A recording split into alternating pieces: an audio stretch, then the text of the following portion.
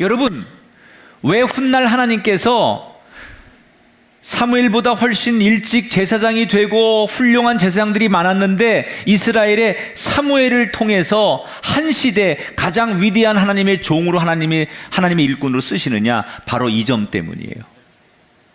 말씀대로 살려고 하기 때문에. 우리가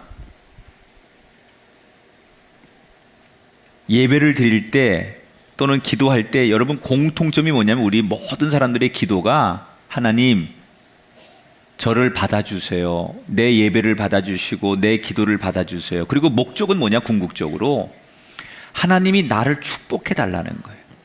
우리 가정, 내 자녀, 내 일터, 건강 또는 지금 내가 아주 내놓은 이 기도 제목 다 그것은 하나님 앞에 나를 하나님께서 귀히 여기시고 나에게 은총과 축복을 달라라는 기도예요. 그 기도 나쁜 기도 아니에요. 그런데 우리가 드리는 기도와 우리가 드리는 예배를 응답 받으려면 뭐가 필요하냐? 바로 지금 이 사무엘이 했던 이것을 유의해야 돼요. 우리가 어떤 유혹이 와도 항상 우리가 드리는 기도와 예배 속에서 사무엘처럼 말씀대로 살아갈 때,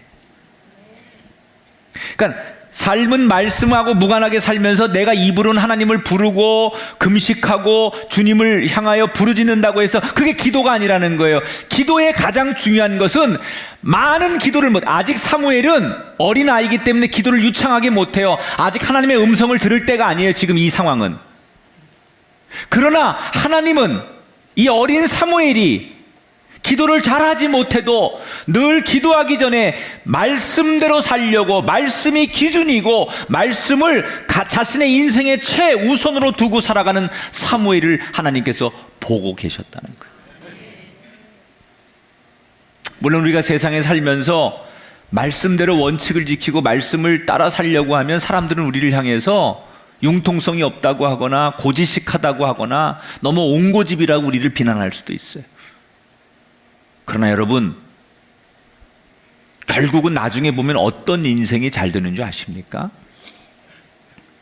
당장 적당히 편안하게 쾌락을 쫓았던 그 엘리 제사장의 두 아들은 결국 하나님이 그들의 기도를 듣지 않으세요. 그들을 사용하지 않아요. 그러나 어리고 아직은 초보지만 하나님 말씀대로 살려고 몸부림쳤던 그 순수한 사무엘은 당장은 남들이 볼 때 고지식한 것 같고 뭘 잘 모르는 것 같고 지혜롭지 않은 것 같고 뭔가 세상 물정을 모르는 것 같지만 결국 하나님께서 나중에는 사무엘을 더 크게 쓰시는 거예요. 우리 눈에 안 보이고 우리 귀에 하나님의 음성이 안 들린다고 하나님 우리를 보지 않거나 듣지 않는 게 아니에요. 하나님은 다 보고 계세요. 듣고 계세요.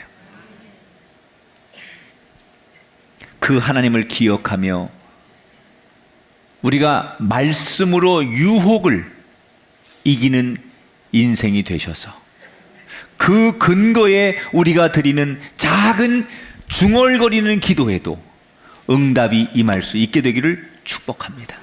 과거는 과거일 뿐입니다.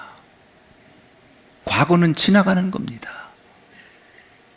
하나님이 바라시는 것은 지금 하나님과 함께 하는 것인 줄 믿습니다. 옛날에 어땠든 그건 중요하지 않습니다. 지금 이 순간 내 모습이 어떤가 듣고 아는 것으로 충분하지 않습니다. 말씀을 받았으면 하나님의 뜻을 알면 그대로 사는 것이 기도의 완성입니다. 제가 여러분에게 1년 동안 기도는 이렇게 하는 겁니다, 기도의 시작은 이렇게 하는 거고 기도의 종류가 이런 게 있고 이런 상황에서는 이런 기도를 드리는 거고 이런 언어를 선택하시고 이런 자세로 기도하시고 이런 장소에서 기도하라고 수없는 기도의 가르침을 드렸지만 오늘 다 잊어버려도 기도라고 하는 주제가 나오면 이거 한 가지만큼은 유의해야 될 딱 한 가지가 있는데 기도한 대로, 고백한 대로 실천하는 거예요.